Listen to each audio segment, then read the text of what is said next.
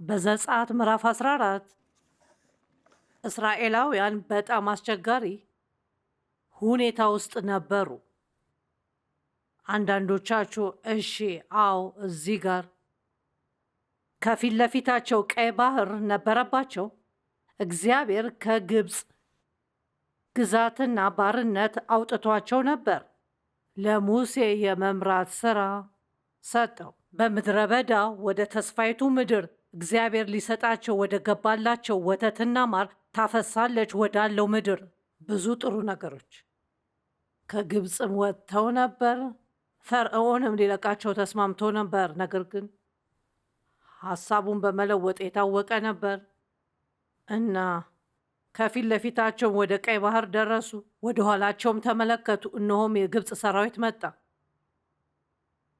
ፍጹም መልስ የሌለው በሚመስል አስቸጋሪ ቦታ ላይ መሆን ማለት ይህ ነው እና መሮጥ ፈለጉ። ፍርሃት ወደ እኛ ሲመጣ የሚሆነው ያ ነው። ማድረግ የምንፈልገው የመጀመሪያው ነገር መሮጥ ነው።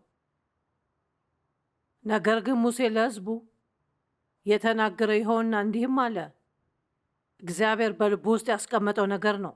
አትሸበሩ። አሁን ፍርሃት አልተሰማኝም ማለቱ አልነበርም፣ አትሩጡ ማለቱ ነበር። ቁሙ፣ ጽኑ፣ በራስ መተማመን ሳደነግጡ። እግዚአብሔር ያህዌ ዛሬ የሚያደርግላችሁ መታደግ ታያላችሁ። ዛሬ የምታዩቸውን ግብፃውያን ዳግም አታዩቸውም። ይገርማል። ይህንን የግብፃውያን ቅዠት ለአንዳንዶቹ መላ ሕይወታቸውን ሲያስተናግዱ ኖረዋል። እግዚአብሔርም ብትቆሙና ባትሮጡ እኔ ከዚህ አድናችኋለሁ አለ። ያ ቃል ለአንድ ሰው ነው።